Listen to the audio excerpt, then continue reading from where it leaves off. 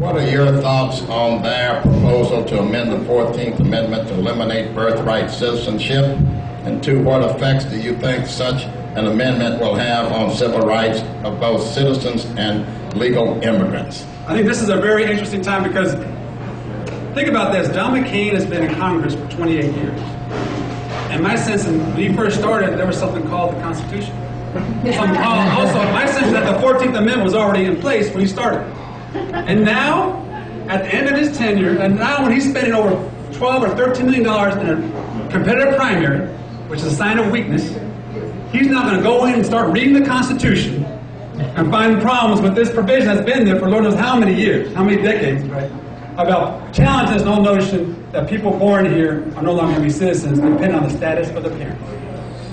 I think this is a sad day for John McCain. This is a sad day for the Republican Party because this is how desperate they are, right? To figure out how do we continue to divide people to make sure they can maintain power, right? I am a firm believer in the Constitution. I think periodically we do need to amend and change it, but not this particular issue and not this particular time. This whole movement to look at is motivated out of fear and hatred, a target a particular group. So I think for those very reasons, we need to stop back and we get people to stand up and say, no, it's not going to happen in Arizona. We've already I've gone to House meetings, folks, and folks from all different ethnicities and backgrounds, they use the word embarrassed. They're embarrassed about Arizona. Nobody should be embarrassed about where they're from or where they live or where they send their children to school. So we need to change this dynamic, and I can assure you, we start getting the headlines now on this, what they call an anchor baby, or these are United States citizens. We need to fight for them and their right to be that when they're born here, and not walk away from that discussion just because of their status or their parents. And again, this is another way to dehumanize and separate us from people. Now they're gone down to babies.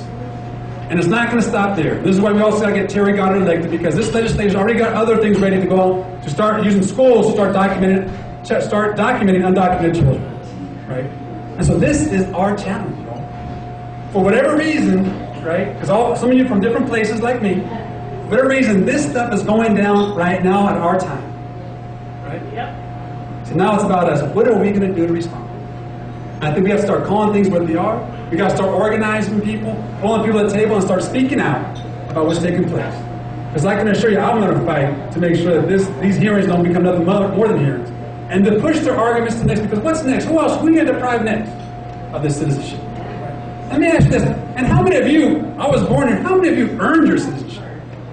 Think about that. Did John McCain earn his citizenship? In other words, did he have a conversation with God and say, "You know what, God? I want to be born in the United States of America."